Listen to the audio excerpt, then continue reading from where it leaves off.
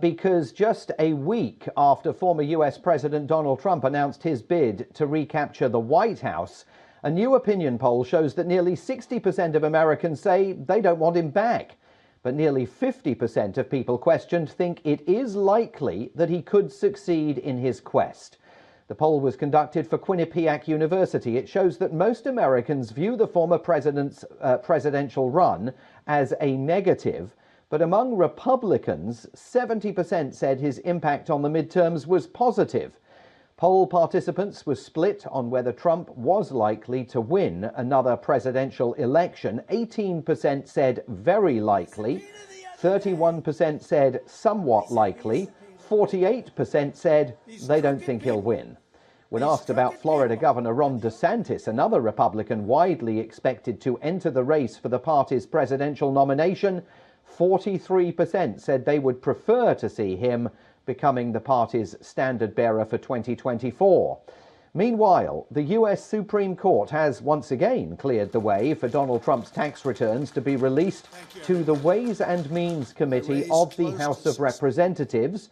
It, like the House of Representatives, is currently, of course, controlled by Democrats, but only until the end of this year.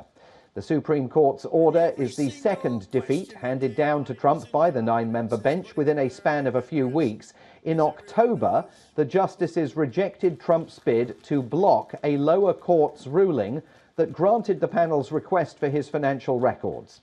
The Ways and Means Committee should now be clear to receive copies of Trump's tax returns from the U.S. Treasury. The former president has sought to shield them for years and was the first U.S. presidential nominee in 4 decades not to make his tax returns public for voters to assess. So, back to WION's U.S. correspondent Susan Teherani. I mean, Susan, is this finally it, or are we going to see more efforts to delay and obfuscate by the former president? After all, the clock is ticking. Republicans will be taking over the Ways and Means Committee and the rest of the House of Representatives on January the 3rd.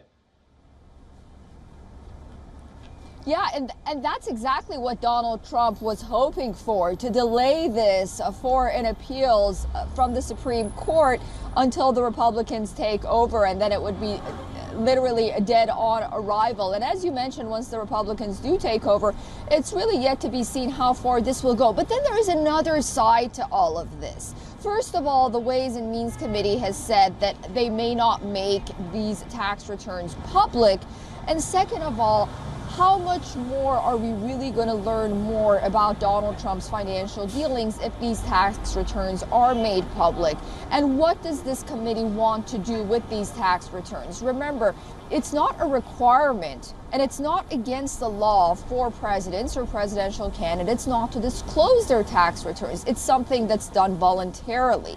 So, while the decision means that the Treasury Department will likely hand over about 6 years of tax returns to the House, and, this is sort of a quote-unquote win since 2019, really we have to ask the question, what will it mean? Nancy Pelosi said that hopefully this will, she's leaving, by the way, although she will represent her constituency in Congress, but she'll be leaving the help. She says hopefully it will mean that the United States will sign into law where future presidential candidates will ultimately have to, by law, disclose their tax returns. So, we'll have to wait and see, and whether or not there's even an appetite by the American people if they want to learn more about Donald Trump's financial dealings. Susan Teherani, on top of everything for us, WION's US correspondent. Thanks very much joining us today from New York City.